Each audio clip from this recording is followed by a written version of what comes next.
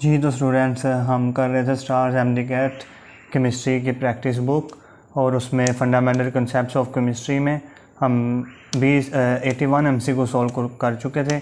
उसके बाद अब जो रह गया 120 एमसीक्यू 81 से मतलब 40 एमसीक्यू इस वीडियो में सॉल्व करेंगे। तो वीडियो को पूरा देखिए, लाइक शेयर और सब्सक्राइब करें, ठीक है। तो क्वेश्चन नंबर 82 हम सॉल्व करते हैं। A beaker contains 9 gram water, the number of hydrogen atom. तो उसमें नंबर ऑफ हाइड्रोजन एटम कितने होंगे जिसमें 9 ग्राम वाटर है, ठीक है। तो हमें पता है कि नंबर ऑफ एटम्स निकालने का फॉर्मूला हमारे पास एक है, वो है कि number of atoms is equal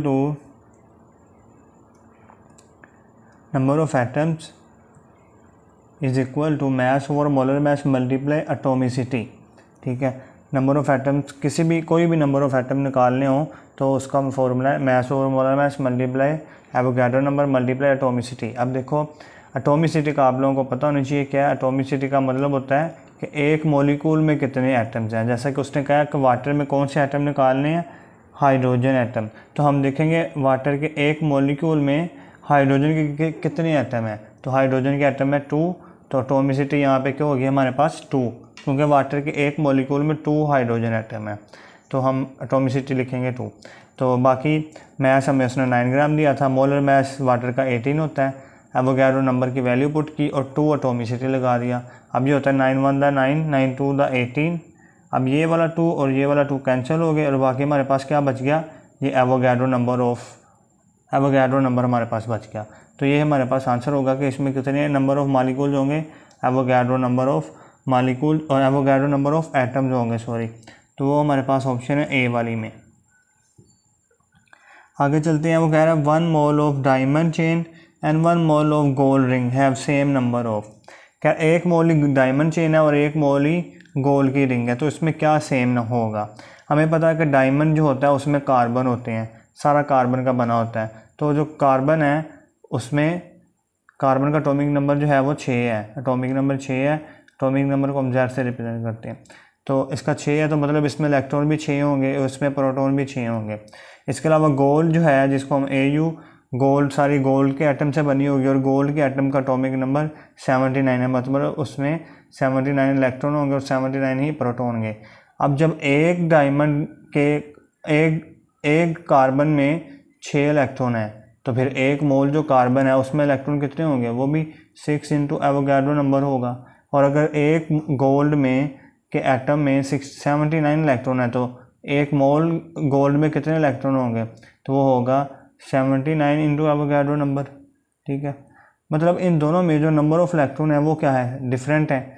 और फिर इन दोनों में नंबर ऑफ प्रोटॉन भी क्या होंगे, डिफरेंट होंगे, ठीक है। प्रोटॉन भी डिफरेंट होंगे। तो मतलब इनमें सेम जो है वो सेम, इनमें प्रोटॉन और इलेक्ट्रॉन तो नहीं होने वाले, अभी हमने देखे हैं। ना ही इनमें न्यूट्रॉन प्रोटॉन सेम होने वाले हैं। इनमें जो होंगे सेम वो होंगे एटम्स, क्योंकि हमें पता है कि नंबर ऑफ एटम्स का फॉर्मूला अभी हमने ऊपर पढ़ा कि मास over molar mass multiply Avogadro number multiply atomicity, ठीक है। तो अभी देखो मास ओवर मोलर मास को हम नंबर ऑफ मोल्स भी लिख सकते हैं स्मॉल n से। तो नंबर ऑफ मोल्स उसने ले लिया 1, दोनों के ही 1 है और एवोगाड्रो नंबर भी सेम ही होता है, मतलब उनके नंबर ऑफ मोल्स भी सेम है, एवोगाड्रो नंबर भी सेम है। तो मतलब इनके नंबर ऑफ एटम्स जहाँ पे जो आएंगे नंबर ऑफ एटम्स वो भी क्या आएंगे, वो सेम ही आएंगे, ठीक है। तो मतलब इनमें जो सेम होगा वो क्या होगा, नंबर ऑफ एटम्स होंगे। तो डी वाली ऑप्शन हमारे पास करेक्ट होगी। आगे है the largest number of molecules are present in. सबसे ज़्यादा नंबर ऑफ मालिक्यूल किस में प्रेजेंट होंगे। तो नंबर ऑफ मालिक्यूल्स का जो फॉर्मूला है वो आप लोगों को पिछली वीडियोस में भी पता होगा कि number of molecules is equal to mass over molar mass multiply Avogadro number होता है, ठीक है। अब देखो नंबर ऑफ मालिक्यूल्स अगर कंपेयर करने को आ जाएँ तो आप लोगों को पता है कि ये जो मास ओवर मोलर मास है इसको हम नंबर ऑफ मोल्स भी कहते हैं, ठीक है। इसको हम नंबर ऑफ मोल्स भी कहते हैं। और ये जो एवोगाड्रो नंबर है ये तो हर किसी के लिए एक कांस्टेंट वैल्यू है, फिक्स्ड वैल्यू है। मतलब अगर हमें कंपेयर करना है किसमें नंबर ऑफ मॉलिक्यूल ज़्यादा होंगे तो फिर वो सिर्फ इस मास ओवर मोलर मास पर डिपेंड करेगा। तो हम देखेंगे कि जिसके मास ओवर मोलर मास किसे कहते हैं, नंबर ऑफ मोल्स को। हम देखेंगे जिसके नंबर ऑफ मोल्स ज़्यादा हुए उसके नंबर ऑफ मॉलिक्यूल्स भी क्या होंगे, ज़्यादा होंगे फिर, और जिसके कम हुए उसके नंबर ऑफ मॉलिक्यूल्स भी कम होंगे। तो मतलब हमने नंबर ऑफ मोल्स देखने हैं अगर हमें कहीं कंपैरिजन आ जाएगी किसमें नंबर ऑफ मॉलिक्यूल ज़्यादा होंगे। ए ऑप्शन उसने दिया कि 4.8 ग्राम हमारे पास क्या है, 4.8 ग्राम C2H5OH। तो मैस हमने लिख दिया 4.8 ग्राम। मोलर मैस का फॉर्मूला में मैस ओवर मोलर मैस में 4.8 ग्राम मैस लिख दिया। 46 जो है इसका मॉलिक्यूलर फार्मूला होता है। कैसे, ये देखो 2 कार्बन है तो 2 कार्बन का 24 मैस हो गया। एक ऑक्सीजन 6 हाइड्रोजन है तो उसका 6 मैस हो गया। एक ऑक्सीजन है उसका 16 मैस, प्लस किया तो 46 मल्टीप्लाई एवोगाड्रो नंबर तो वैसे ही आना है, ठीक है। अच्छा ये आ गया 4.8 ग्राम 4.8 ओवर 46। अच्छा इसी तरह बी वाली ऑप्शन थी 6.6 ग्राम वाटर, तो मैस ऊपर लिखा, मोलर मैस नीचे लिखा, वाटर का 18 होता है मल्टीप्लाई एवोगाड्रो नंबर। और इसी तरह 1.8 ग्राम सी वाली ऑप्शन में 1.8 ग्राम कार्बन मोनोऑक्साइड। कार्बन मोनोऑक्साइड का मैच क्या होगा, 12 कार्बन का और 16 ऑक्सीजन का 28, तो 28 मोलर मैच नीचे लिख दिया। इसी तरह 2.4 ग्राम N2O5 का, N2O5 का 2.8 ग्राम मैच दिया। N2O5 का मोलर मैच क्या होगा, N2 का होता है 28, एक नाइट्रोजन का होता है 14, तो दो का हो गया 28, और एक ऑक्सीजन का होता है 16, तो 5 का कितना हो गया, 5 ऑक्सीजन का हो गया, ये सॉरी 28, तो 5 ऑक्सीजन का कितना हो गया, एक ऑक्सीजन का 6, 5 ऑक्सीजन का 80, तो ये हो जाएगा 108। तो हमने नीचे लिख दिया 108 मल्टीप्लाई वगैरह। अब हमने कहा था ना पीछे के जिसमें ये मैस ओवर मोलर मैस की वैल्यू कम आएगी, मतलब मैस ओवर मोलर मैस की वैल्यू ज़्यादा आएगी, जिसमें नंबर ऑफ मोल ज़्यादा आएंगे, वो उसका फिर क्या होगा, उसके नंबर ऑफ मालिक्यूल्स भी ज़्यादा होंगे। तो अब देखो अगर मैं इसको मान लूँ 1 ही मान लूँ, नीचे है 28, तो ये हो जाएगा 1/28। हमने ये वैल्यूज़ कंपेयर करनी है मैस ओवर मोलर मैस की। और अगर इसको मैं 2 मान लूँ तो 2 1 2 1/2 5 10 और 4 1/54 इसके लिए वैल्यू आएगी। इसके लिए क्या आएगी, इसको अगर मैं 4 मान लूँ और ये 46, तो ये आ जाएगी 1/12 के करीब आ जाएगी, ठीक है। और ये आएगी 6 1 6 6 3 18, तो ये आएगी 1/3। तो अब देखो कौन सी वैल्यू जो है वो बड़ी आएगी, वही बड़ी आएगी जिसकी डिनोमिनेटर छोटी होगी, मतलब 3 वाली बड़ी आएगी, ये वाटर वाली वैल्यू बड़ी आएगी। तो ये बड़ी आएगी तो इसके नंबर ऑफ मालिक्यूल्स भी क्या होंगे, बड़े ज़्यादा आएंगे। तो कौन सी ऑप्शन वाटर वाली हमारे पास ठीक होगी, और वाटर वाली ऑप्शन हमारे पास है बी वाली 6.6 ग्राम वाटर।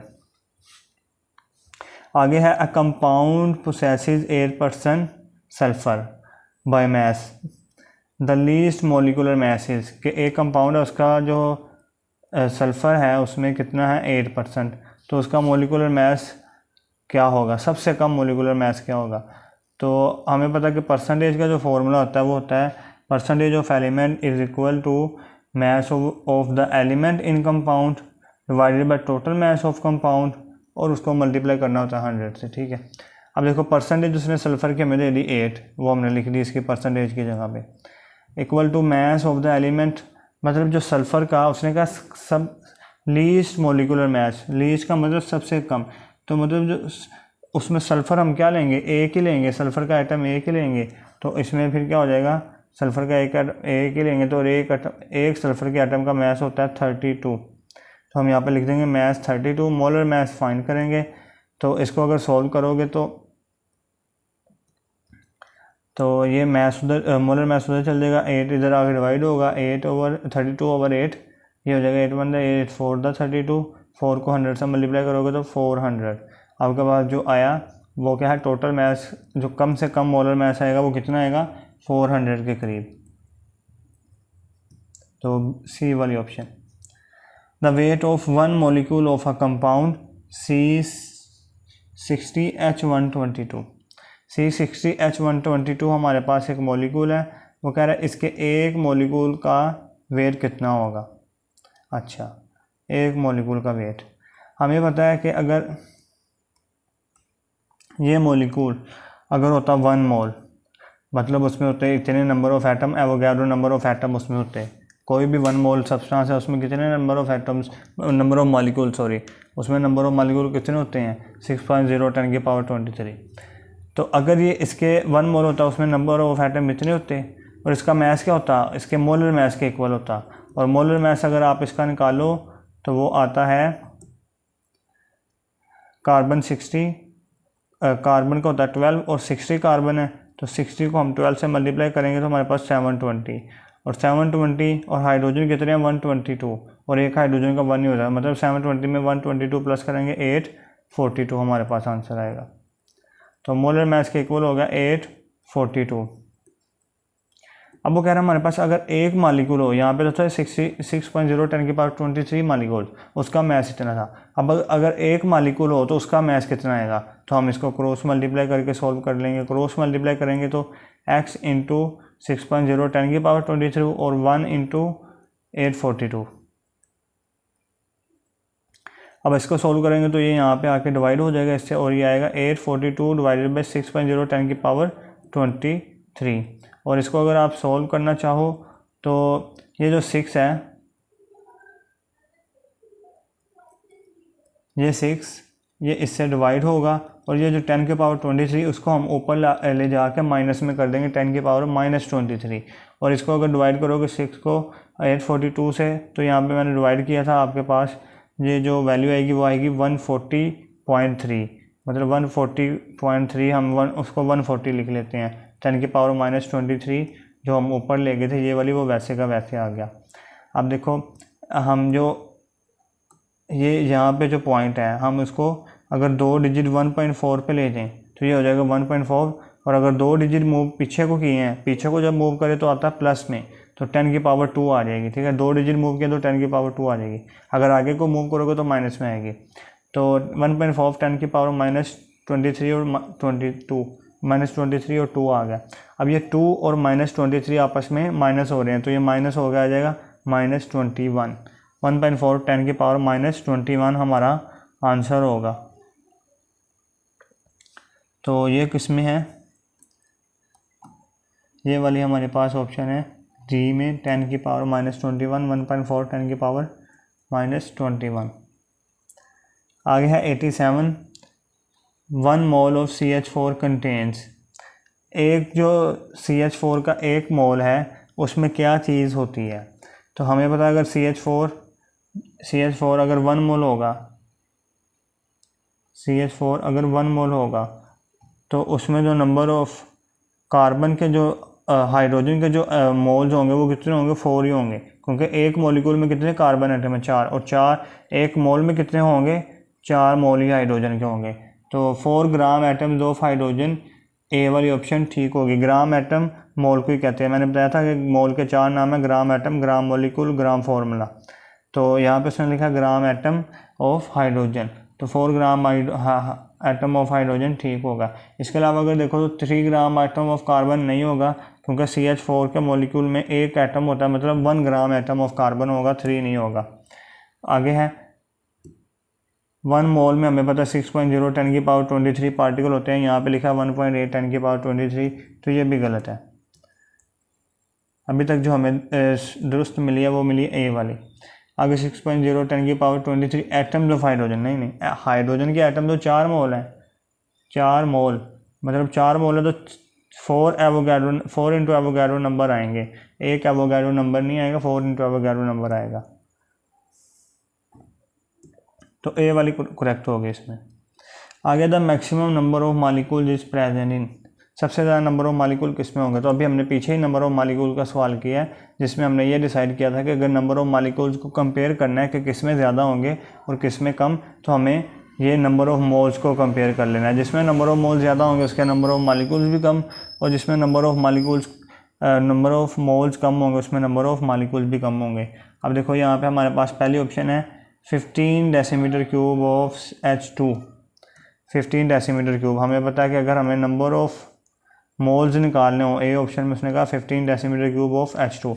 अगर हमें वॉल्यूम से नंबर ऑफ मोल्स निकालने हो तो हमारे पास फॉर्मूला होता है number of moles is equal to volume over molar volume. ठीक है, ये फॉर्मूला। अब हमने वॉल्यूम की जगह पे लिख दिया 15 डेसीमीटर क्यूब जो उसने दिया था ए वाली ऑप्शन में, और मोलर वॉल्यूम हमें पता है 22.414 डेसीमीटर क्यूब होता है, तो हमने लिख दिया 22। अब इसको डिवाइड करो, अगर हमारे पास ये 22 ना होता, ये होता 20 होता, तो ये क्या आना था 5 3 द 15 ओवर 5 4 द 20, मतलब 3/4 आना था। तो अगर 3/4 आंसर आता तो हमारे पास आना था 0.75, मगर ये 3/4 आंसर नहीं आएगा क्योंकि नीचे क्या है, नीचे 22 है। तो नीचे 22 होने की वजह से यहाँ पे जो हम निकाल रहे थे 0.75 आंसर, वो 0.75 नहीं 0.7 ही आएगा, क्योंकि नीचे बड़ी वैल्यू है 20 से। तो मतलब 0.7 आएगा ए वाली ऑप्शन के केस में, 0.7 moles.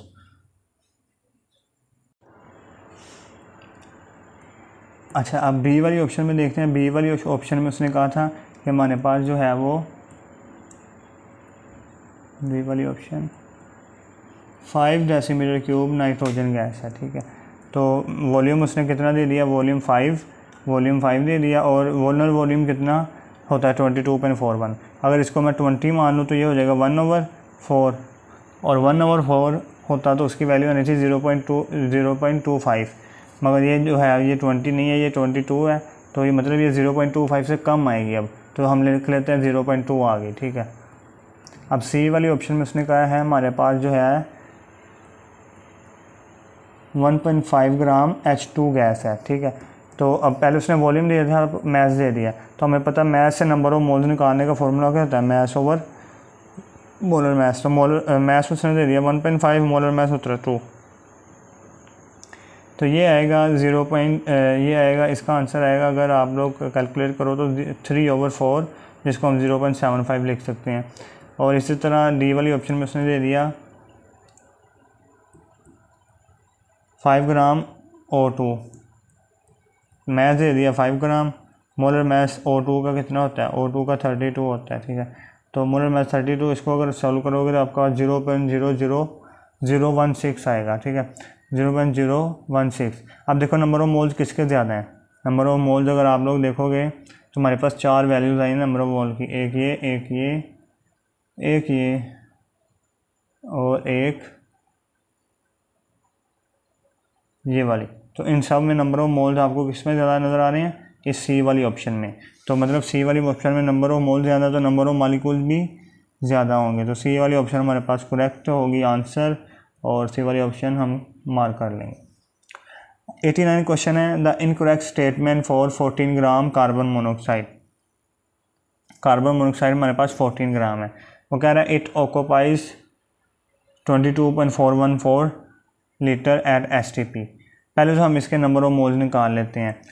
Carbon 14 gram, carbon monoxide 14 gram, तो number of moles is equal to mass और मोलर मैस। मैस हमें 14 दिया है, मोलर मैस कार्बन मोनोऑक्साइड का कितना होगा, 12 हाइड्रोजन कार्बन का, 16 ऑक्सीजन का, तो ये आ जाएगा 28। 14/28, जिसको सोल्व करोगे तो आएगा 1/2 आंसर, जिसको हम 0.5 भी लिख सकते हैं। मतलब मोलर इसके नंबर ऑफ मोल्स कितने आ गए 0.5। तो ये सी वाली ऑप्शन में देखो it corresponds to 0.5 mole of carbon monoxide. तो ये बात ठीक है, इसमें 0.5 मोल हैं। वो पूछ रहा है इनकरेक्ट, कौन सी बात ठीक नहीं है वो बताना है। सी वाली तो ठीक है। आगे देखते हैं ये वॉल्यूम कितना ऑक्यूपाई करते हैं। अगर 0.5 मोल है, हमें पता है कि अगर 1 मोल हो कोई तो वो वॉल्यूम ऑक्यूपाई करती है 22.414, और अगर 0.5 मतलब 1 से हाफ़ कर दिया तो ये वॉल्यूम भी 22 से हाफ़ हो जाएगा, मतलब 11 रह जाएगा। तो मतलब जो वॉल्यूम इस ऑक्यूपाई करेगा वो कितना होगा 11, मतलब यहाँ, मगर यहाँ पे लिखा हुआ है 2.24, मतलब ये वाली ऑप्शन इनकरेक्ट है, ए वाली। ये 11 डेसीमीटर क्यूब वॉल्यूम ऑक्यूपाई करेगी, 2.24 नहीं करेगी। तो हमें अपना आंसर मिल गया ए वाली ऑप्शन में कि ये इनकरेक्ट है। वैसे भी बी वाली को देख लेते हैं। It correspond to the same mole of carbon monoxide and N2, मतलब वो कह रहा है कि अगर हम N2 के भी 14 ग्राम ले लें तो उसके में भी सेम नंबर ऑफ मोल्स होंगे। तो देखते हैं N2 का नंबर ऑफ मोल्स निकालें तो मैस 14 ग्राम सेम वही लेना है, और मोलर मैस अगर N2 का निकालो तो एक नाइट्रोजन का होता है 14, 2 का हो गया 28, तो इसको भी 0.5 मोल्स ही आते हैं, ठीक है, ये भी बात ही ठीक है। लास्ट वाली बात वो कह रहा है इट करस्पॉन्ड टू 3.0 10 की power 23 molecules of carbon monoxide. हमें पता है कि अगर कोई चीज़ 1 मोल होगी तो उसमें जो मॉलिक्यूल होंगे वो एवोगाड्रो नंबर 6.0 10 की पावर 23 के इक्वल होंगे। अगर वो हाफ होगी, हाफ मोल्स हो गए, तो ये भी 6.0 से हाफ 3.0 हो जाएगा। तो ये भी बात ठीक है कि इसमें 3.0 10 की पावर 23 मॉलिक्यूल्स होंगे। जो नहीं ठीक वो ए वाली है, और वही हमारा आंसर होगी, ए वाली हमारा आंसर होगी। आगे है जी amount of product the amount of product obtain practically is called, कि जो हमें प्रैक्टिकल जब हम एक्सपेरिमेंट करते हैं तो तब जो प्रोडक्ट मिलती है वो उस प्रोडक्ट को हम क्या कहते हैं, तो उस प्रोडक्ट को हम कहते हैं एक्चुअल यील्ड, मतलब जो असल में हमें मिली। वैसे तो अगर आप बैलेंस केमिकल क्वेश्चन से निकालो तो वो यील्ड जो है वो ज़्यादा होती है, उसे हम कहते हैं थ्योरेटिकली यील्ड, मतलब हमने थ्योरेटिकली कैलकुलेट की बैलेंस केमिकल क्वेश्चन से। अगर उसे रिएक्शन में करके जो यील्ड आती है उसे हम कहते हैं एक्चुअल यील्ड। आ गया जी, find out the number of atom present in 0.16 gram of methane. 0.16 gram methane है, उसमें हमने नंबर ऑफ एटम निकालने हैं। हाँ, तो सवाल हमारा ये था कि 0.16 ग्राम मीथेन है, उसमें हमने नंबर ऑफ एटम निकालने हैं। तो 0.16 ग्राम मीथेन में नंबर ऑफ एटम निकालने हैं। मैंने कहा था नंबर ऑफ एटम निकालने का फॉर्मूला हमारे पास वो ये वाला, number of atom is equal to mass over molar mass multiply Avogadro number multiply atomicity. ठीक है जी, तो मास उसने हमें दे दिया 0.16 ग्राम, 0.16 ग्राम। मोलर मास 16, CH4 का अगर मोलर मास निकालो, एक कार्बन का 12, 4 हाइड्रोजन का 6, तो 12 6 16 मल्टीप्लाई एवोगाड्रो नंबर मल्टीप्लाई 5। ठीक है, 5 क्यों लिखा है, उसने क्या एटम्स निकालने हैं, मतलब CH4 में टोटल एटम्स, उसने कुछ स्पेसिफाई नहीं किया कि कार्बन के एटम के हाइड्रोजन के। अगर तो कहता कार्बन के एटम निकालो तो फिर हम एटॉमिसिटी लेते 1, क्योंकि एक मॉलिक्यूल में एक ही कार्बन है। और अगर कहता हाइड्रोजन के एटम निकालो तो फिर हम एटॉमिसिटी लेते 4, क्योंकि एक मॉलिक्यूल में 4 ही हाइड्रोजन एटम है। अब उसने कह दिया कि एटम निकालो टोटल एटम्स, तो इसमें टोटल एटम कितने हैं, एक कार्बन का 4 हाइड्रोजन के, तो 1 + 4 5, तो हमने इसलिए यहाँ पे 5 लिख दिया एटॉमिसिटी की जगह पे। अब देखो, अगर मैं इसको 0.16 को इशारा ख़त्म करूँ तो 0.16 इशारे की जगह पे 1 और 0 आगे कितने आएंगे, 2 0 आएंगे, तो मैंने लिख दिया 1 2 0 और ऊपर 1 6 रहेगा इशारा ख़त्म करके, और नीचे भी 1 6 था, ये कैंसिल हो गए। तो ये यहाँ पे था 5 5 1 था 5 5 2 था 10, तो यहाँ पे आएगा 20, 1/20 इंटू एवोगाड्रो नंबर। 1/20 को सॉल्व करोगे तो आपके पास आंसर आएगा 0.005 एवोगाड्रो नंबर। ठीक है, तो ये हमारे पास आंसर होगा 0.005 एवोगाड्रो नंबर। अब आप लोग कहेंगे सर जी आपने एवोगाड्रो नंबर की वैल्यू क्यों नहीं पुट की। आपने क्वेश्चन में देखना है कि हमें ऑप्शंस किस तरह गिवन है। अगर ऑप्शंस एवोगाड्रो नंबर की वैल्यू को सॉल्व करके लिखी हैं तो फिर हमने सॉल्व करनी है, अगर नहीं लिखी तो फिर नहीं सॉल्व करनी। तो ये देखो इसने वैसे लिखी थी, सॉल्व नहीं की। तो 92 क्वेश्चन है, from the complete combustion of 20 gram of calcium carbonate at STP the volume of CO2 obtain is. मतलब वो कह रहा है कैल्शियम कार्बोनेट को हमने कंबस्ट किया 20 ग्राम को, तो वॉल्यूम कार्बन मोनोऑक्साइड कितनी बनेगी। पहले तो इस तरह के सवालों के लिए हमें, स्टोइशियोमेट्री के सवालों के लिए हमें इक्वेशन जानी चाहिए। अब वो कह रहा है कैल्शियम कार्बोनेट को हमने किया है बर्न करेंगे तो ये दो चीज़ें बनाता है, कैल्शियम ऑक्साइड और कार्बन डाइऑक्साइड। ये वही इक्वेशंस आपको ज़्यादातर देते हैं MD कैर में, जो आपकी बुक में लिखी होती हैं न्यूमेरिकल्स में। ठीक है, तो ये न्यूमेरिकल में लिखी हुई है, यील्ड वाले न्यूमेरिकल में। अब दूसरा मेथड, पहले तो ये आपको क्वेश्चन आनी चाहिए। दूसरी बात कि आपको पता होना चाहिए कि किन दोनों को हमने कंपेयर करना है। अब वो कह रहा है कि कैल्शियम कार्बोनेट के उसने मास दे दिया है और कह रहा है कि CO2 कितनी बनेगी, तो मतलब इन दोनों को ही हमने कंपेयर करना है। ठीक है, तो हम कैल्शियम कार्बोनेट और CO2 को कंपेयर करते हैं। Calcium carbonate balance chemical question के मुताबिक 1 मोल और CO2 भी 1 मोल, तो हमने लिख दिया 1 मोल 1 मोल। अब उसने दे दी हमें CO2 कैल्शियम कार्बोनेट का मास 20 ग्राम। हमें पता मास को अगर नंबर ऑफ मोल्स में कन्वर्ट करना है तो फॉर्मूला मास ओवर मोलर मास हमें उसने दिया है 20, मोलर मास होता है कैल्शियम कार्बोनेट का 100, तो ये हो गया 1/5। तो 1/5 हमें नंबर ऑफ मोल उसने दे दिया कैल्शियम कार्बोनेट के, और वो कह रहा है कि वॉल्यूम, इसके वॉल्यूम निकालना है कैल्शियम कार्बन डाइऑक्साइड का। और वॉल्यूम अगर हमें कार्बन डाइऑक्साइड का निकालना है तो वह अगर हम ये वाला फार्मूला यूज़ करें, number of mole is equal to volume over molar volume, तो अगर हमें नंबर ऑफ मोल्स पता चल गए तो हम इस वॉल्यूम को भी निकाल लेंगे। तो नंबर ऑफ मोल्स यहीं से पता चलेंगे कंपेयर करने से इनको। तो कंपेयर करेंगे, इनको क्रॉस मल्टीप्लाई करेंगे, तो x इज इक्वल टू 1/5 आ गया नंबर ऑफ मोल्स। तो हम इसको कन्वर्ट करेंगे वॉल्यूम में, तो नंबर ऑफ मोल्स की जगह पे हमने लिख दिया 1/5। वॉल्यूम हमें फाइंड करना, मोलर वॉल्यूम होता है 22.4।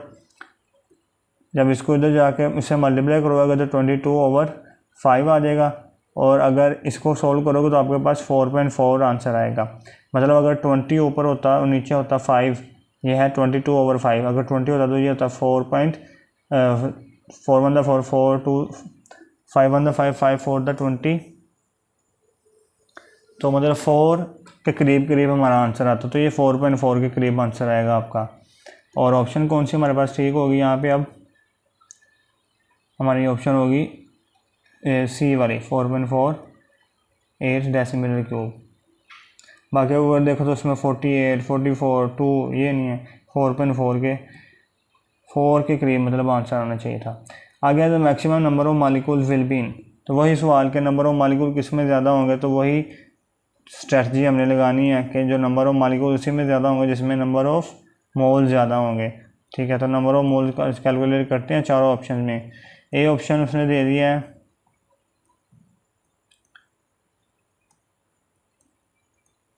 ए ऑप्शन उसने दे दिया 1 ग्राम हाइड्रोजन। तो 1 ग्राम हाइड्रोजन, इसमें नंबर ऑफ मोल फाइंड करेंगे मैस और मोलर मैस से। मैस ऊपर रखा 1 ग्राम, मोलर मैस इसका होता है 2। 5 gram hydrogen, B C option. Mass ऊपर रखा 10, नीचे रखा मोलर मैस 2। इसको सोल्व करोगे तो 5 नंबर ऑफ मोल्स आएंगे। 22 ग्राम ऑक्सीजन, 22 ऊपर रखा मैस, नीचे रखा मोल्स मोलर मैस, ये आएगा 11/2 11/16। और ये ओबियसली कम ही वैल्यू आएगी। ठीक है, तो मतलब ये 16 नीचे ज़्यादा वैल्यू ऊपर छोटी, तो ये 0 से कम ही वैल्यू आएगी। ठीक है, ये कहेगी 0 से कम ही वैल्यू आएगी। अगर आगे D option 44 gram carbon dioxide, अगर मैस ऊपर रखा 44, नीचे मोलर मैस 44, डिवाइड करके 1 आंसर आ गया। तो अब देखो number of moles in 4 option में से जो हमें 4 ऑप्शन मिली हैं, 4 नंबर ऑफ मोल्स हमें मिल गए हैं, किस में ज़्यादा है? इसमें है 1, इसमें होगा 1/2 होंगे, इसमें हमारे पास 0 से कम होंगे, इसमें 1 है, इसमें 5। तो इस सी वाली ऑप्शन में हमारे पास नंबर ऑफ मोल ज़्यादा है, मतलब इसमें नंबर ऑफ मालिक्यूल्स भी ज़्यादा होंगे। तो सी वाली ऑप्शन हमारे पास करेक्ट है, 10 ग्राम हाइड्रोजन। आगे है जी, what is the volume in decimetre cube of gases at STP required for complete combustion of 32 gram of methane. कि हमारे पास जो मीथेन है वो कितनी है? 32 ग्राम। कह रहा है इसका जो कंबस्ट करने के लिए हमें वॉल्यूम चाहिए ऑक्सीजन का, वो कितना चाहिए? तो वही इक्वेशन टाइप वाले क्वेश्चन कि ये हमारे पास इक्वेशन है कंबशन की मीथेन की, जिसमें मीथेन कंबस्ट होता है ऑक्सीजन के साथ और प्रोड्यूस करता है कार्बन डाइऑक्साइड और वाटर। मैंने बताया कब भी हाइड्रोकार्बन कंबस्ट होते हैं, जो कार्बन डाइऑक्साइड बनती है वो कितने मोलिक्यूल बनते हैं? जितने हाइड्रोकार्बन में कार्बन के एटम होते हैं। इसमें एक कार्बन के एटम में तो CO2 भी एक ही बनेगी। ये एक क्वेश्चन लिखने का तरीका है कंबशन की, बाकी नहीं। तो अब देखो उसने कहा था कि मीथेन उसने दे दिया था 16 ग्राम, और वो कह रहा था ऑक्सीजन कितनी चाहिए होगी। ठीक है, तो ऑक्सीजन वही मैंने कहा था कि उन दोनों को कंपेयर करना है, जिसको एक को दिया और दूसरी को चाहिए पूछा हो। तो हम मीथेन उसने दी, अगर बैलेंस केमिकल क्वेश्चन के मुताबिक देखें, मीथेन अगर है 1 मोल, तो कार्बन ऑक्सीजन कितनी है? 2 1 2 हमने लिख दिया। अब उसने दे दिया था हमें वो 32 ग्राम दी थी, सॉरी मीथेन।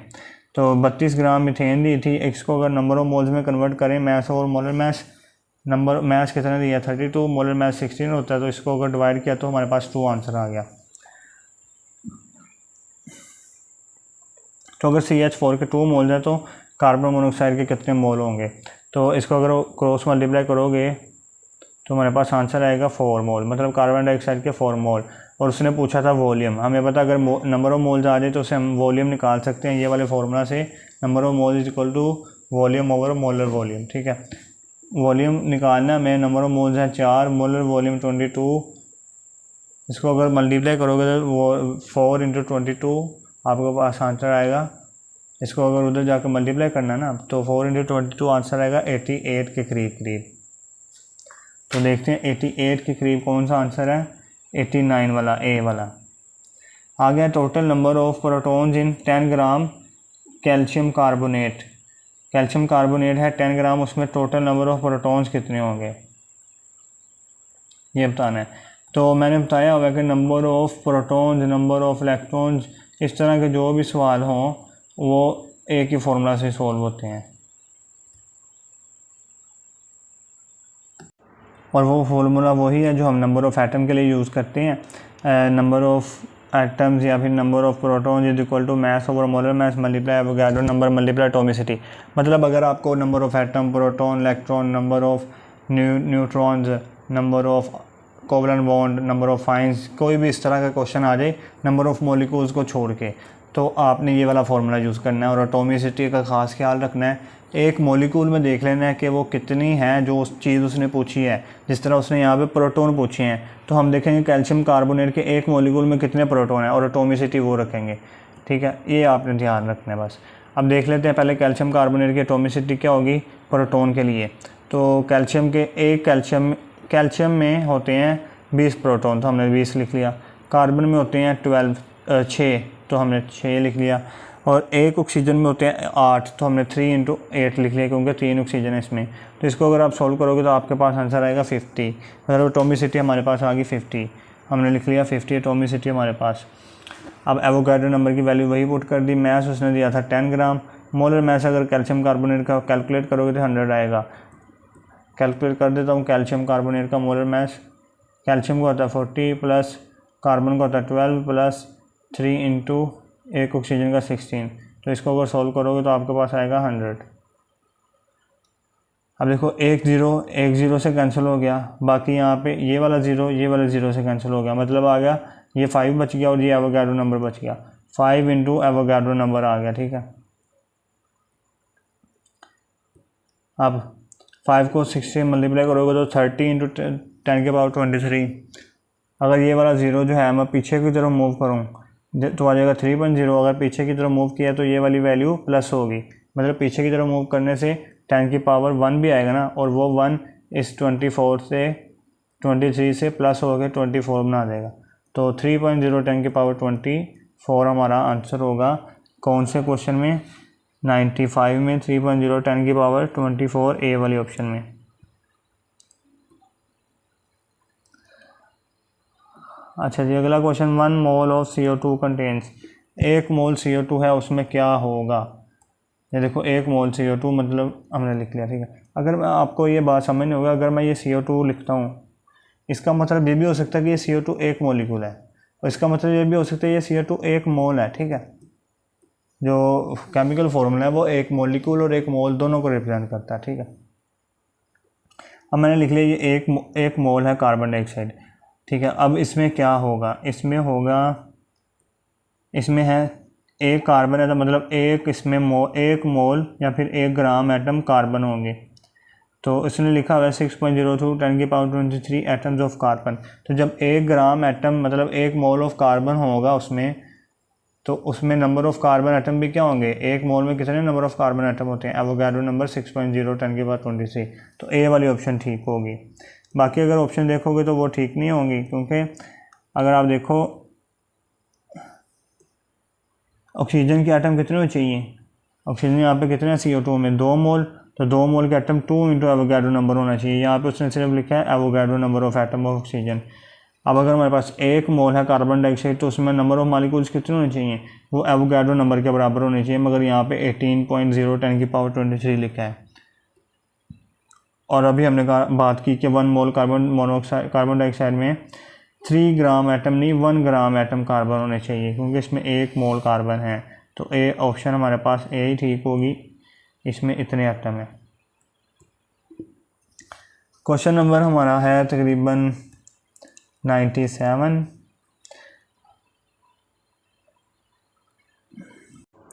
हाँ, तो इस क्वेश्चन में वो कह रहा है कि how many water molecules will be lost, मतलब नंबर ऑफ़ वाटर मॉलिक्यूल्स बताने हैं on dehydrating 0.684 gram of sucrose. कि अगर हम 0.68 ग्राम सुक्रोज को डिहाइड्रेट करें तो वाटर का मॉलिक्यूल कितने चाहिए होंगे। तो ये है सुक्रोज की डिहाइड्रेटिंग इक्वेशन।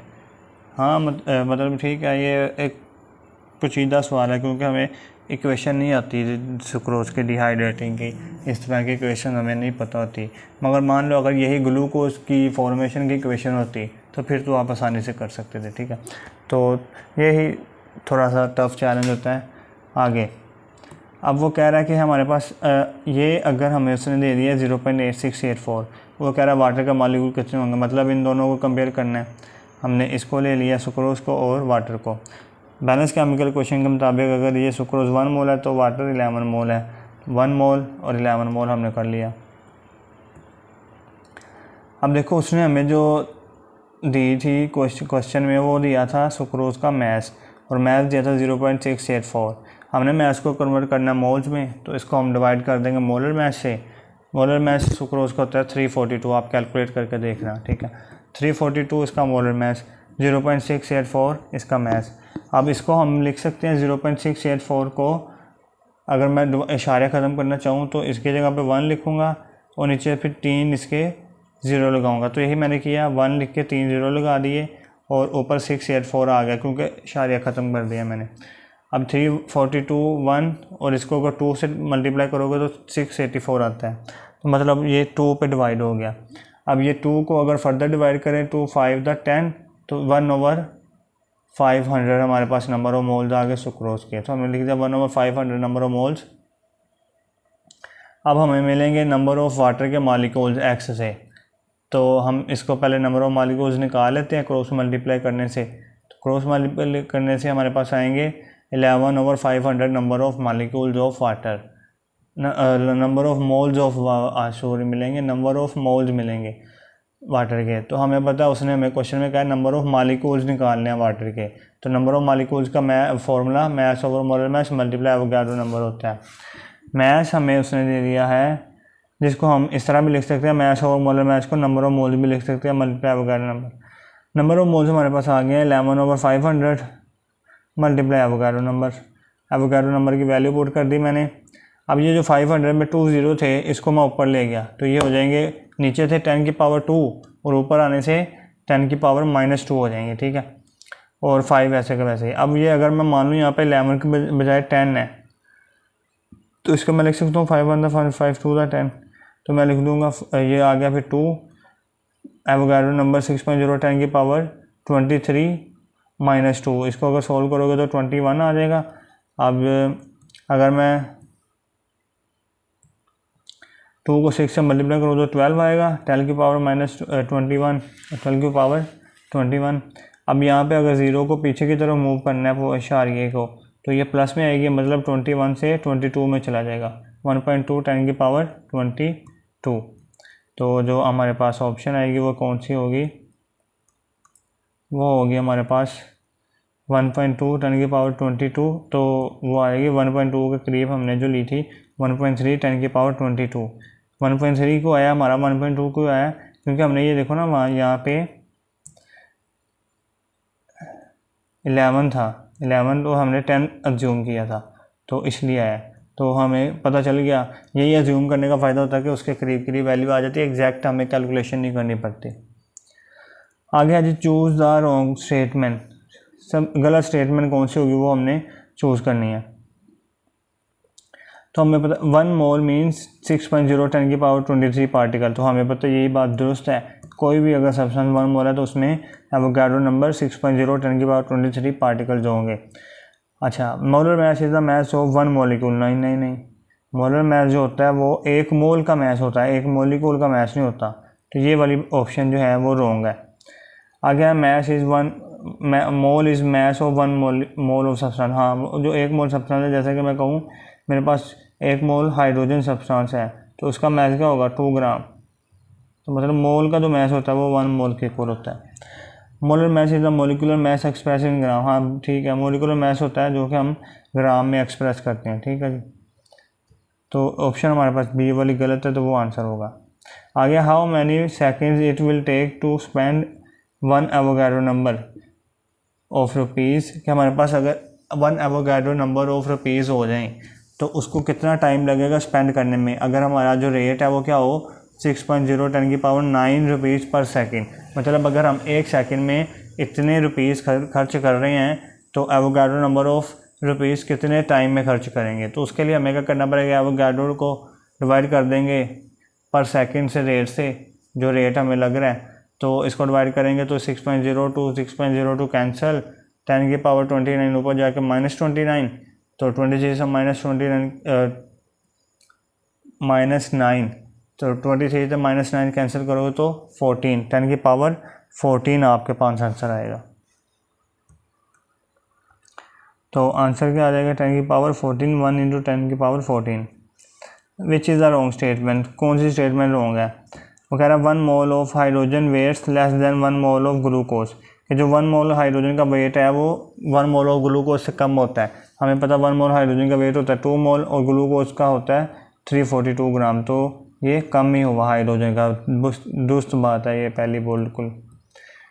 दूसरी option 2 moles of hydrogen and 1 mole of helium weigh the same.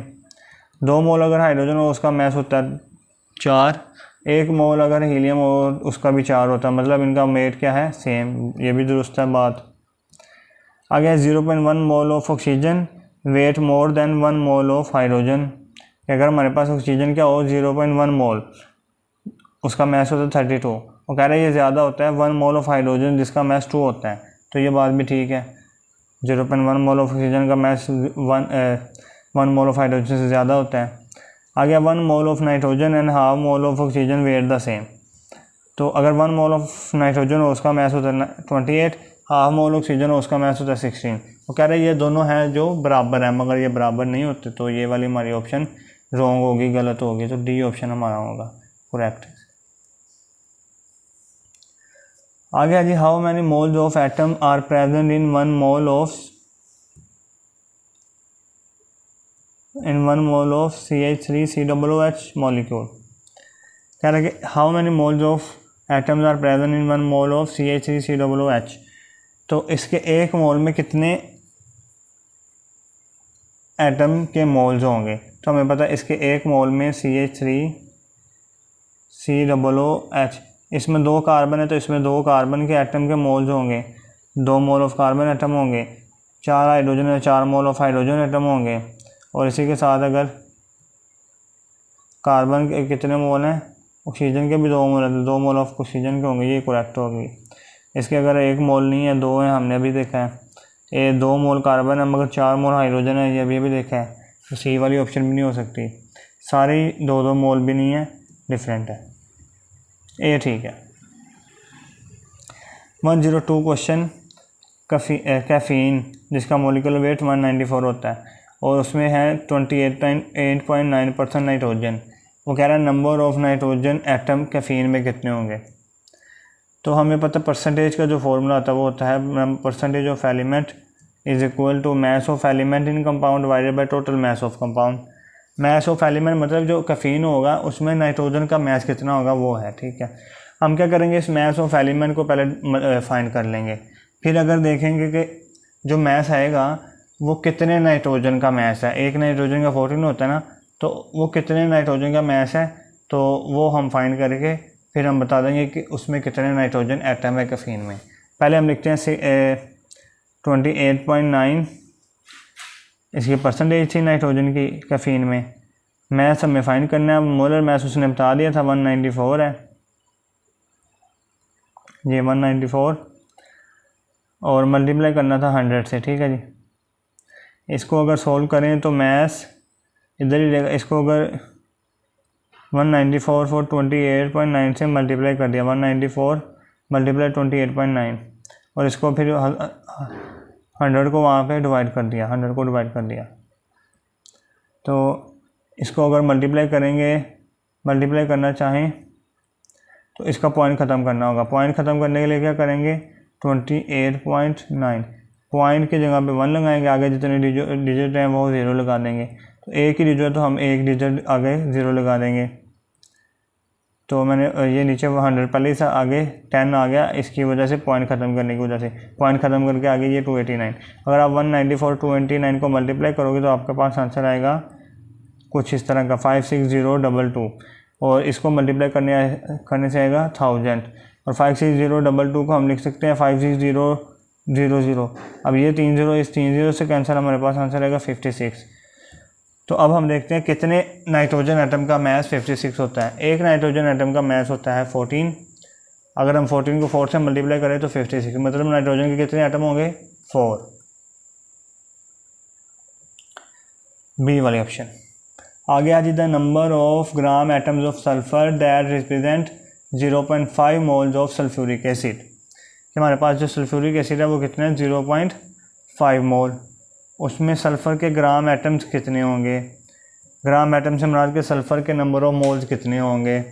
बता चुका हूँ कि पहले भी gram atoms, gram molecule, gram ions number of moles को ही कहते हैं। अब उसने कह दिया हमारे पास जो है सल्फ्यूरिक एसिड वो है 1 मोल। 1 मोल में जो नंबर ऑफ सल्फ़र एटम होते हैं वो होते हैं 1 मोल ही होते हैं, मतलब नंबर ऑफ सल्फ़र मोल्स होते हैं वो 1 ही होते हैं, सल्फ़र के नंबर ऑफ मोल्स। अब उसने कह दिया सल्फ्यूरिक एसिड है 0.5 मोल्स, क्वेश्चन में उसने कह दिया। तो फिर नंबर ऑफ सल्फ्यूरिक एसिड के नंबर ऑफ मोल्स, सल्फ़र के number of moles sulphuric acid में कितने होंगे, वो भी 0.5 होंगे। तो हम लगा देंगे 0.5 आंसर। अच्छा, अब तो क्वेश्चन नंबर है हमारे पास 104 और 104 क्वेश्चन हमारे पास एम्पिरिकल फार्मूला से है। वो कह रहा है an oxide of metal. Oxide of metal से मुराद के मेटल का ऑक्साइड मतलब मेटल और ऑक्सीजन उस मॉलिक्यूल में होंगे। An oxide of metal has 40% oxygen, उसमें 40% ऑक्सीजन है। Metal M has relative atomic mass 24, उसका मेटल का रिलेटिव एटॉमिक मास 24 है। एम्पिरिकल फार्मूला ऑक्साइड का क्या होगा, मतलब मॉलिक्यूल का एम्पिरिकल फार्मूला। तो इसमें 2 ही एटम है, एक मेटल और एक ऑक्सीजन। ऑक्सीजन की उसने परसेंटेज दे दी 40 और मेटल की हम निकाल लेते हैं। अब देखो ऑक्सीजन की उसने परसेंटेज दे दी 40, मेटल की हम कैसे निकालेंगे, परसेंटेज 100 में से होती है, हम 100 में से 40 ऑक्सीजन की माइनस कर देंगे, बाकी जो बच जाएगी वो 60% मेटल की होगी। क्योंकि देखो ना 100 में 2 ही तो एटम है, एक मेटल और एक ऑक्सीजन। ऑक्सीजन की हमने निकाल दी, बाकी मेटल की बच गई 60, ठीक है। अब जो एम्पिरिकल फार्मूला को निकालने के रूल्स हैं ना, मतलब या फिर स्टेप्स हैं। पहला स्टेप तो होता है कि परसेंटेज को फाइंड करना, तो वो तो उसने क्वेश्चन में हमें दे दी है, तो फाइंड करने की हमें ज़रूरत नहीं है। ऑक्सीजन की उसने दे दी है 40% और मेटल की हमने निकाले 60%। दूसरा स्टेप होता है कि इन परसेंटेज को एटम्स के एटॉमिक मैसेज से डिवाइड करना। जैसा कि यहाँ पे ऑक्सीजन की परसेंटेज थी 40, हमने ऑक्सीजन की परसेंटेज को ऑक्सीजन के एटॉमिक मास 16 से डिवाइड कर दिया। इसी तरह मेटल की परसेंटेज थी 60, इसकी 40 थी, तो हमने मेटल की परसेंटेज को मेटल के एटॉमिक मास 24 से डिवाइड कर दिया। अब इसको अगर डिवाइड करोगे 40/60 को, तो आपके पास आंसर आएगा 2.5, ठीक है। 42 दा 32, 8 बच गया, पॉइंट लगा के 0 लिया और साथ 16, 5 दा 80, 2.5 इसका आया आंसर। ये दूसरा स्टेप चल रहा है, ठीक है। दूसरे स्टेप में यही था कि एटम की परसेंटेज को उसके मास से डिवाइड करना। अब ये 60% को हमने उसके मास से एटम के मास उसने दे दिया था, रिलेटिव एटॉमिक मास जो एटम का है मेटल का वो 24 है।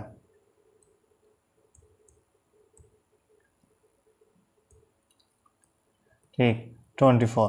तो इसको अगर डिवाइड करें तो ये आएगा 2.5 और ये भी 2.5 आता है। और दूसरा स्टेप हो गया। अब तीसरा स्टेप ये होता है कि ये जो वैल्यूज़ आई हैं डिवाइड करके, इनमें से जो छोटी वैल्यू है उसको दोनों से डिवाइड कर देना, मतलब हर किसी को छोटी वैल्यू से डिवाइड कर देना है। अब 2.5 और 2.5 ये भी और ये भी सेम ही वैल्यू है, मतलब किसी को भी लेके हम डिवाइड कर देंगे। 2.5 को भी 2.5 से डिवाइड किया, इसको भी 2.5 से डिवाइड किया, दोनों का आंसर क्या आ गया 1 मतलब ऑक्सीजन का भी 1 एटम, मेटल का भी 1 एटम, मतलब MO इसका एम्पिरिकल फॉर्मूला होगा। तो MO हमारे पास है C ऑप्शन में। आगे है एम्पिरिकल फार्मूला में क्वेश्चन है compound 60 gram on analysis gave carbon के कार्बन उसने कंपाउंड है जिसका मैं 60 ग्राम, उसने कार्बन दिया 24 gram, hydrogen 4 gram, oxygen 32 gram. Its empirical formula is, तो उसका एम्पिरिकल फार्मूला क्या होगा। हमने एम्पिरिकल फार्मूला निकालने के अभी रूल पढ़ेंगे। पहला तो रूल है कि उसकी परसेंटेज हमें होनी चाहिए, मिलनी चाहिए।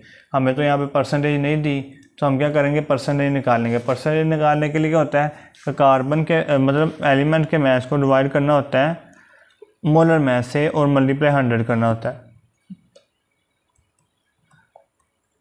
अब अगर देखो तो क्वेश्चन में उसने मोलर मास मतलब कंपाउंड का मास 60 दिया है और एलिमेंट कार्बन का 24, हाइड्रोजन का 4 और ऑक्सीजन का 32। तो हमने एलिमेंट कार्बन के एलिमेंट को 24 को डिवाइड कर देना 60 से, मोलर मास से मल्टीप्लाई 100। इसी तरह 4 हाइड्रोजन का दिया, उसको मोलर मास 60 से डिवाइड करके मल्टीप्लाई 100। कार्बन का 32 है, इसको 32 को 60 से डिवाइड करके मल्टीप्लाई 100।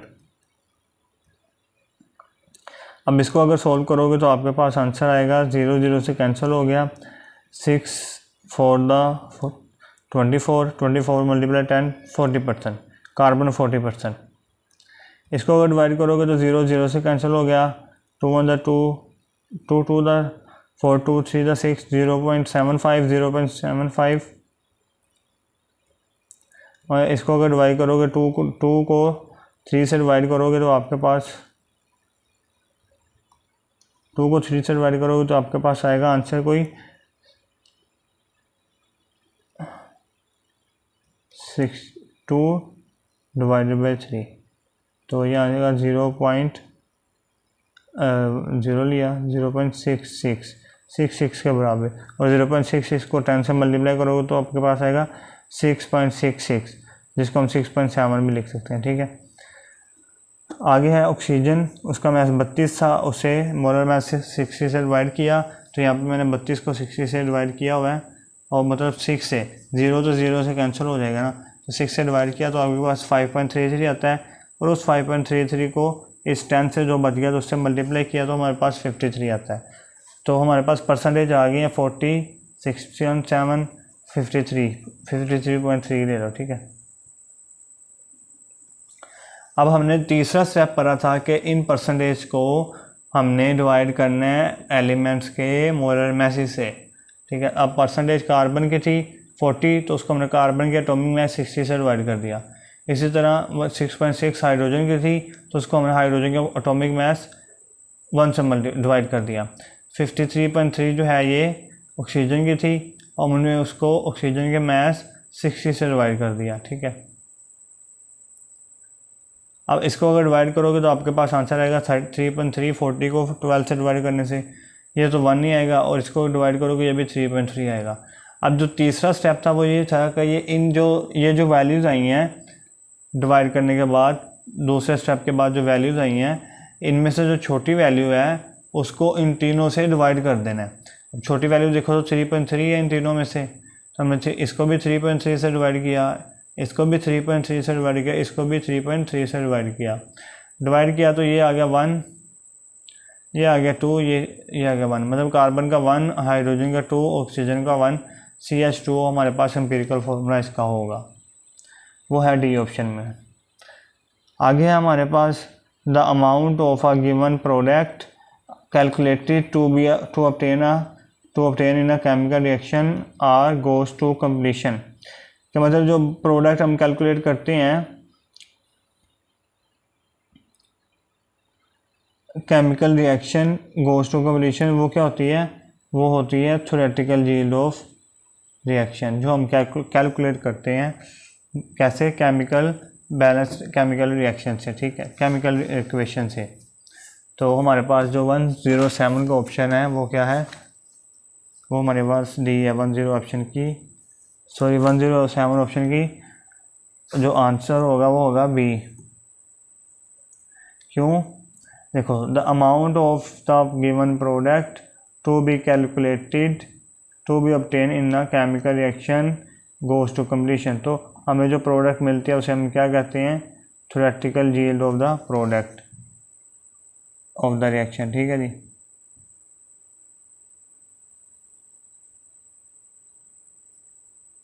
वैसे डी वाली भी वही ऑप्शन थी, टी भी हो सकता है। ठीक है, आगे चलते हैं। आगे वो कह रहा है 108 क्वेश्चन में 5.6 gram of carbon monoxide is heated with axis carbon oxygen. मतलब जो कार्बन मोनोऑक्साइड को हमने हीट किया ऑक्सीजन से, जो कि एक्सिस है, मतलब ऑक्सीजन एक एक्सिस रिएक्टेंट है। इस रिएक्शन में जो उसने नीचे रिएक्शन लिखा भी होगा ये वाला, इसमें अगर ऑक्सीजन एक्सिस है, जो बाकी बच गया वो क्या होगा फिर लिमिटिंग। तो ऑक्सीजन एक्सिस है और कार्बन मोनोक्साइड इसमें लिमिटिंग है। वो कह रहा है the what is the theoretical yield in grams of carbon dioxide, carbon dioxide कितनी बनेगी। तो ये उसने इक्वेशन दी थी, कार्बन मोनोक्साइड ऑक्सीजन से मिलकर कार्बन डाइऑक्साइड बना रही है। ये वाली ऑक्सीज थी, एक्सेस रिएक्टेंट था, ये लिमिटिंग था। तो आपको पिछले चैप्टर्स पिछली वीडियोस में याद होगा, मैंने बताया था कि जो प्रोडक्ट है वो उतनी ही बनती जितना लिमिटिंग रिएक्टेंट बनाता है। तो यहाँ पे प्रोडक्ट क्या है, प्रोडक्ट है हमारे पास कार्बन डाइऑक्साइड। उसने पूछा कार्बन डाइऑक्साइड कितनी बनेगी और इसकी CO की जो लिमिटिंग रिएक्टेंट है उसकी वैल्यू दी है 5.6 ग्राम। ठीक है, तो हम इन दोनों को कंपेयर करेंगे, CO और carbon dioxide. Balance chemical equation के मुताबिक जब ये 2 मोल है तो कार्बन मोनोक्साइड भी 2 मोल है, हमने 2 लिख लिए। अब उसने कहा 5.6 ग्राम हमारे पास कार्बन मोनोक्साइड है, तो 5.6 ग्राम, इसको हमने नंबर ऑफ मोल्स में कन्वर्ट करना है। तो number of mole equal to mass over molar mass, molar mass को नंबर ऑफ मोल से मल्टीप्लाई किया, molar mass multiply number of moles, जो कि मोलर मास को मल्टीप्लाई करना है।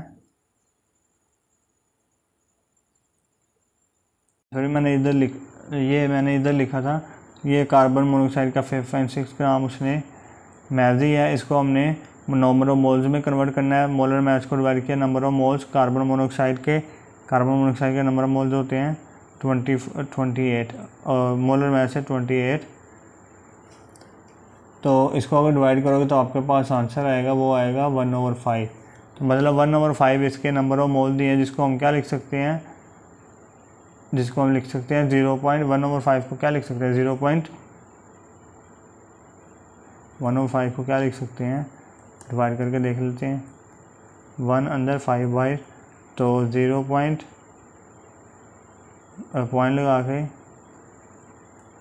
लगा के 0.2 लिख सकते हैं। ठीक है, तो 0.2 ही मैंने लिखा हुआ है, 0.2। और ये number of mole carbon dioxide के उसने कहा था फाइंड करने, इसको क्रॉस मल्टीप्लाई करो, क्रॉस मल्टीप्लाई करने से आपके पास जो नंबर ऑफ मोल जाएंगे वो आएंगे 0.2। अब उसने कहा था कार्बन डाइऑक्साइड का मास निकालना, तो हम इस फॉर्मूला से मास निकालेंगे। मोलर मास कार्बन डाइऑक्साइड का होता है 44, इसको मल्टीप्लाई किया नंबर ऑफ मोल से 2 से, आंसर आएगा 8.8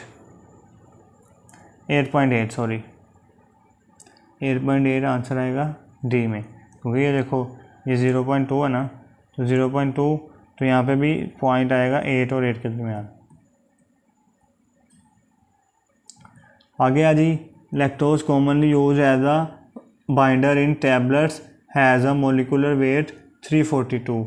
लैक्टोज का जो मोलिकुलर वेट है वो 342 है। What weight of CO2 will be formed when 1/12 mole of this compound is burned completely। ये उसने इक्वेशन दिया, उसने कहा कि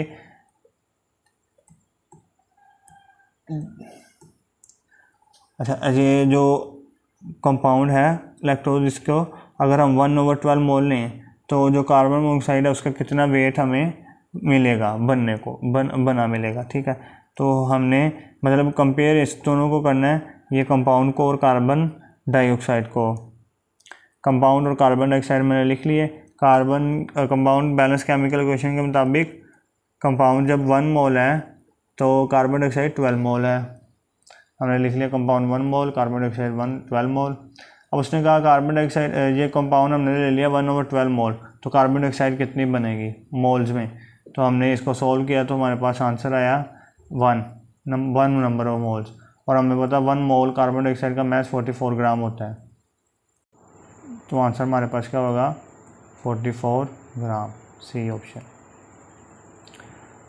अच्छा 10 क्वेश्चन कह रहा है for a reaction A+2B = C, 5 mole A है 8 मोल B है, तो कितने मोल हमारे पास C कितने मोल प्रोड्यूस होगा। नंबर ऑफ़ प्रोडक्ट मतलब प्रोडक्ट कितने नंबर ऑफ़ मोल्स होंगे, तो हमें पता प्रोडक्ट उतनी ही बनती जितना लिमिटिंग रिएक्टेंट बनाता है। तो इन दोनों में से हमें पहले तो देखना होगा कि लिमिटिंग रिएक्टेंट कौन सा है, A है कि B। और वो कैसे देखते हैं कि जो कम प्रोडक्ट बनाएगा वो लिमिटिंग रिएक्टेंट होगा। मतलब इन दोनों रिएक्टेंट को पहले हम प्रोडक्ट से कंपेयर करेंगे, फिर देखेंगे जो कम बना रहा है वो लिमिटिंग रिएक्टेंट है। ठीक है, तो पहले हम A को C से कंपेयर करते हैं। A जब 1 मोल है तो C भी 1 मोल है। 1 मोल 1 मोल। अब उसने कहा था ए हमारे पास 5 मोल है क्वेश्चन में, तो जब ये 5 मोल है, जब ये 1 मोल है तो ये भी 1 मोल, तो जब ये भी 5 मोल है तो ये भी 5 मोल ही होगा। अब बी को सी से कंपेयर करते हैं। बी अगर 2 मोल है तो सी 1 मोल है, 1 मोल। अब उसने कहा था कि हमारे पास बी 8 मोल है क्वेश्चन में, तो सी के कितने मोल बनेंगे प्रोडक्ट के? सी के हमारे पास मिलेंगे 8/2 दैट इज इक्वल टू 4। मतलब ए के हवाले से हमारे पास प्रोडक्ट बन रही है 5 मोल और बी के हवाले से बन रही है 4 मोल। तो लिमिटिंग रिएक्शन कौन सा होगा? जो कम प्रोडक्ट, मतलब 4 कम है तो हमारे पास बी लिमिटिंग रिएक्टेंट होगा, और प्रोडक्ट भी उतनी ही बनती है जितना लिमिटिंग रिएक्टेंट बनाता है। और यहाँ पे लिमिटिंग रिएक्टेंट जो बी है वो कितनी प्रोडक्ट बना रहा है? 4 मोल्स, मतलब 4 मोल्स ऑफ सी बनेंगे हमारे पास। आंसर है 4 मोल्स ऑफ सी। आगे कह रहा है एलिमेंट ए जिसका एटॉमिक मास है 12 और एलिमेंट बी जिसका एटॉमिक मास है 16, वो कंबाइन करते हैं एक्स बनाने के लिए।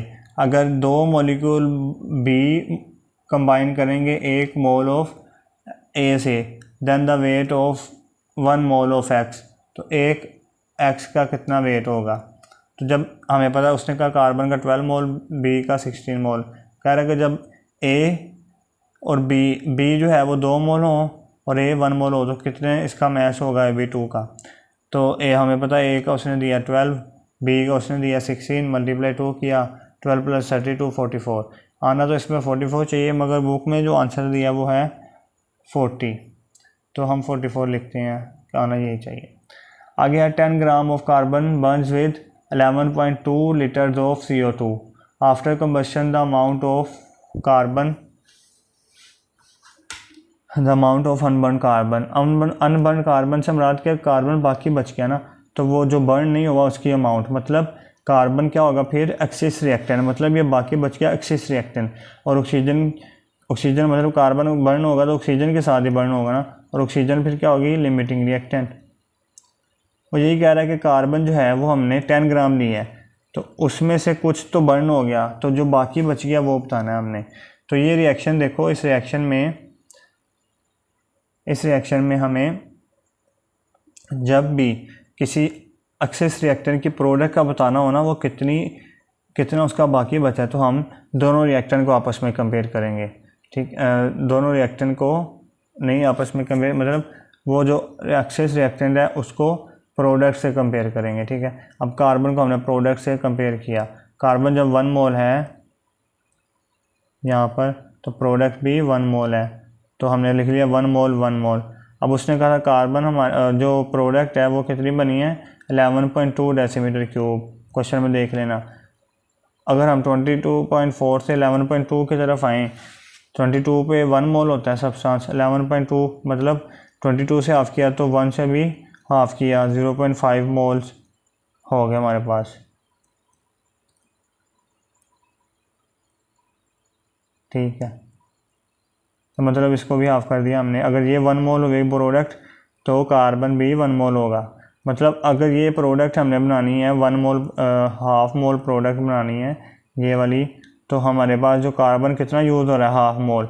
हाफ मोल को अगर हम नंबर ऑफ मैस में कन्वर्ट करें, तो मैस और molar mass, half moles mass हमें फाइंड करना था, मोलर मैस से इसको मल्टीप्लाई किया, मोलर मैस उसका तो है 12 हो गया, 12/2 इज इक्वल टू 6। मतलब जो हमारे पास टोटल थी 10 ग्राम हाइड कार्बन, उसमें से 6 हो गए इस हाफ को बनाने के लिए, रिएक्शन कंप्लीट करने के लिए, और बाकी कितने बच गए?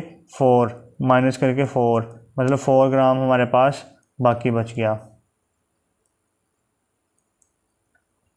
तो ये हमारे पास आंसर हो गया 4 ग्राम। आगे है जी, a sample of AlF3 contains, उसमें AlF3 में इतने हमारे पास F नेगेटिव आइन है। The number of formula units in sample, इसमें फार्मूला यूनिट कितने होंगे?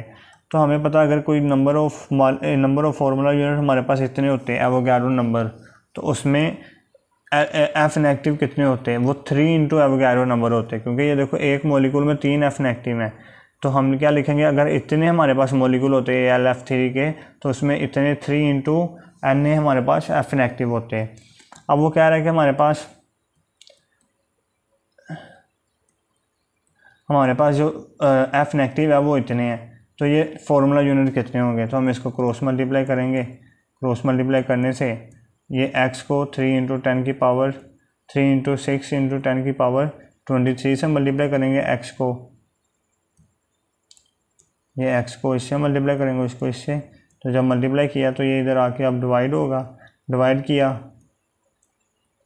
ये इससे कैंसिल हो गया सेम, ये 3 से कैंसिल हो गया, हमारे पास आंसर आ गया 10 की पावर 24। 10 की पावर 24, 1 इंटू 10 की पावर 24 हमारा आंसर होगा डी। आगे है percentage of an element is determined by. तो परसेंटेज हम कैसे डिटरमाइन करते हैं, mass of element divided by mass of compound multiply 100। यहाँ पे 100 आएगा, ये देख लेना। नीचे 1000 है तो वो नहीं ऑप्शन होगी, एक में 100 आएगा। यहाँ पे मैथ कंपाउंड ऊपर है, ये वाली ऑप्शन नहीं है। मास ऑफ मॉलिक्यूल नहीं, मास ऑफ एलिमेंट। आगे है कंबशन एनालिसिस में क्या क्या बनता है। तो हमें पता है कंबशन एनालिसिस में कार्बन और हाइड्रोजन से कार्बन डाइऑक्साइड और हाइड्रोजन से वाटर बनता है, कार्बन डाइऑक्साइड और water. Empirical formula of glucose, तो ग्लूकोज का एम्पिरिकल फार्मूला था CH2O। किस तरह एम्पिरिकल फार्मूला होता है, इसका मॉलिक्यूलर फार्मूला था C6H12O2। इसका अगर एम्पिरिकल फार्मूला बनाओगे तो वो होगा SCH2O। तो ये थे हमारे पास स्टार्स के चैप्टर 1 के MCQs। तो ये चैप्टर कंप्लीट। अब हम next chapter chemical bonding start करने वाले हैं, तो उस चैप्टर में भी हम 120 MCQs ही इसके सॉल्व करेंगे। तो अगर आपको पसंद आई लाइक शेयर और सब्सक्राइब करें, और नेक्स्ट वीडियो को भी ज़रूर देखिएगा।